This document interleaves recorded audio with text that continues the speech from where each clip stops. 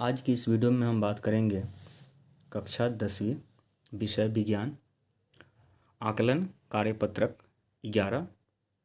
इसमें 10 प्रश्न दिए हुए हैं। 10 प्रश्न के हम उत्तर देखेंगे कि सही उत्तर क्या है।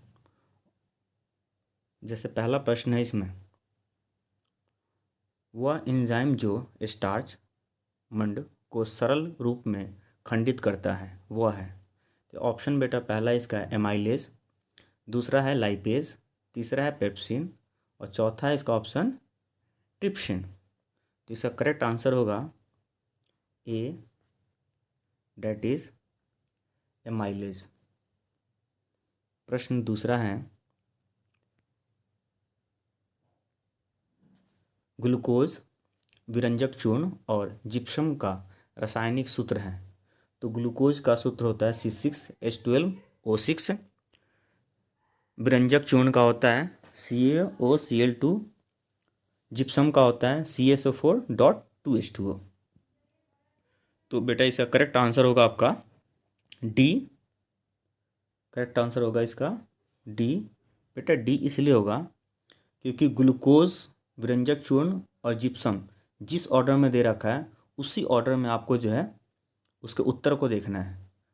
ग्लूकोज का सूत्र जितने भी ऑप्शन है सब में ग्लूकोज का सूत्र ऑर्डर के अनुसार आगे पीछे दिया हुआ है, या विरंजक चूर्ण का ऑप्शन में जो है ऑर्डर आगे पीछे दिया हुआ है। लेकिन जिस तरह से प्रश्न में आपका ऑर्डर दे रखा है पहले ग्लूकोज का, तो पहले ग्लूकोज का देखेंगे बेटा, फिर आपका क्या है आपका दूसरे नंबर विरंजक चूर्ण का, तो विरंजक चूर्ण का CaOCl2, तीसरा है जिप्सम, तो जिप्सम का CSO4.2H2O। तो इस तरीके से इसका करेक्ट आंसर होगा बेटा डी। इस बात का ध्यान रखेंगे। तीसरा प्रश्न है, तीसरा प्रश्न आपको देखिए, धमनियां तथा शिराएं एक दूसरे से अत्यंत संकीर्ण नलियों द्वारा जुड़ी होती है वह कहलाती है। तो इसका पहला है ऑप्शन चालनी नलिका, दूसरा है केशिकाएं, तीसरा है महाशिरा, डी है बल्ब। तो इसका करेक्ट आंसर है बेटा तीसरे का बी, जिसको इंग्लिश में हम कैपिलरीज के नाम से जानते हैं। करेक्ट आंसर इसका बी, केशिकाएं। करेक्ट आंसर है बी, केशिकाएं। अगला प्रश्न है, प्रश्न चौथा, क्या कहते हैं, वह प्रक्रिया जिसमें प्रकाश संश्लेषण के दौरान बने घुलनशील पदार्थों को पौधे के विभिन्न भागों में भेजा जाता है कहलाती है। ऑप्शन ए है वाष्पोत्सर्जन, दूसरा ऑप्शन है श्वसन, तीसरा ऑप्शन है स्नानांतरण, चौथा ऑप्शन है इसका उत्सर्जन। तो इसका बेटा करेक्ट आंसर है चौथे का सी। चौथे का करेक्ट आंसर है बेटा सी। सी जो इसका करेक्ट आंसर है स्नानांतरण। इसको इंग्लिश में हम ट्रांसलोकेशन के नाम से जानते हैं। अगला प्रश्न है प्रश्न 5, कृत्रिम वक्र एक ऐसा उपकरण है, मतलब किडनी की बात की जा रही है, जो रुधिर में नाइट्रोजनी अपविष्ट पदार्थों को बाहर निकालती है। मतलब ब्लड में जो भी इम्प्योरिटीज़ है उसको बाहर निकालती है। किस प्रोसेस से, उस प्रोसेस का हमें नाम बताना है।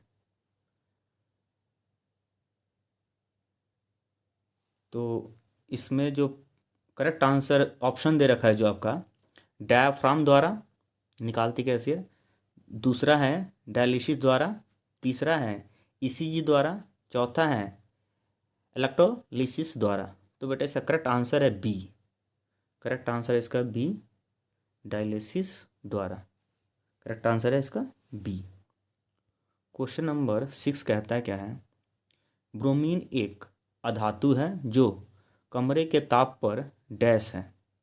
तो ब्रोमीन एक नॉन मेटल है जो कमरे के ताप पर आपको ठोस अवस्था में नहीं मिलता है जी, द्रव अवस्था में हाँ, गैस या द्रव और गैस दोनों। तो इसका करेक्ट आंसर है बी, बी बेटा इसका करेक्ट आंसर है, जिसको हम कहते हैं लिक्विड फॉर्म मिलता है। यहाँ पे एक बात और ध्यान रखेंगे कि हमारा मरकरी होता है जिसका सिंबल होता है Hg, मरकरी होता है जिसका सिंबल होता है Hg, एक मेटल है, धातु है, जो रूम टेम्परेचर पे कमरे के ताप में लिक्विड स्टेट में यानी कि द्रव के फॉर्म में मिलता है, उपलब्ध होता है।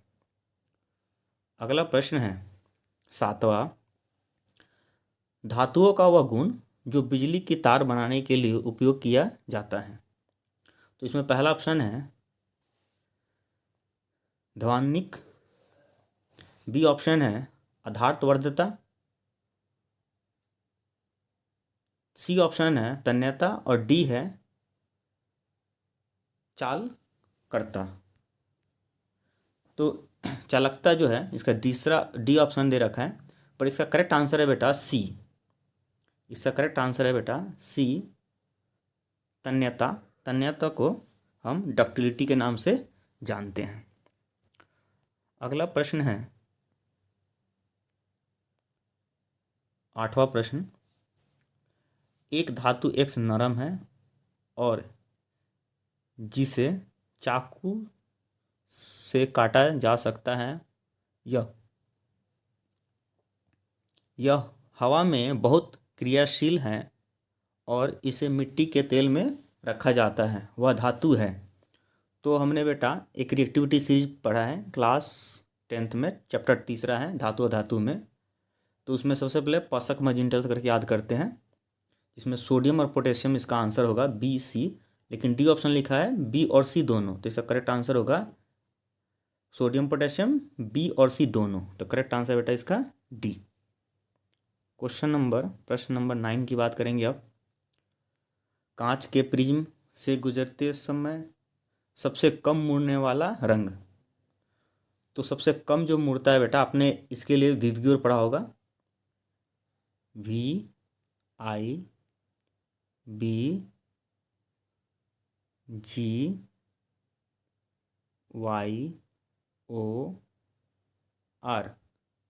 आपने विवग्योर पढ़ा होगा।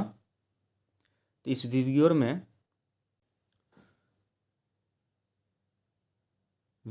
जो V होता है ये वायलेट होता है, I इंडिगो होता है, B से ब्लू होता है, G से ग्रीन होता है, Y से येलो होता है, O से ऑरेंज होता है और R से बेटा रेड होता है।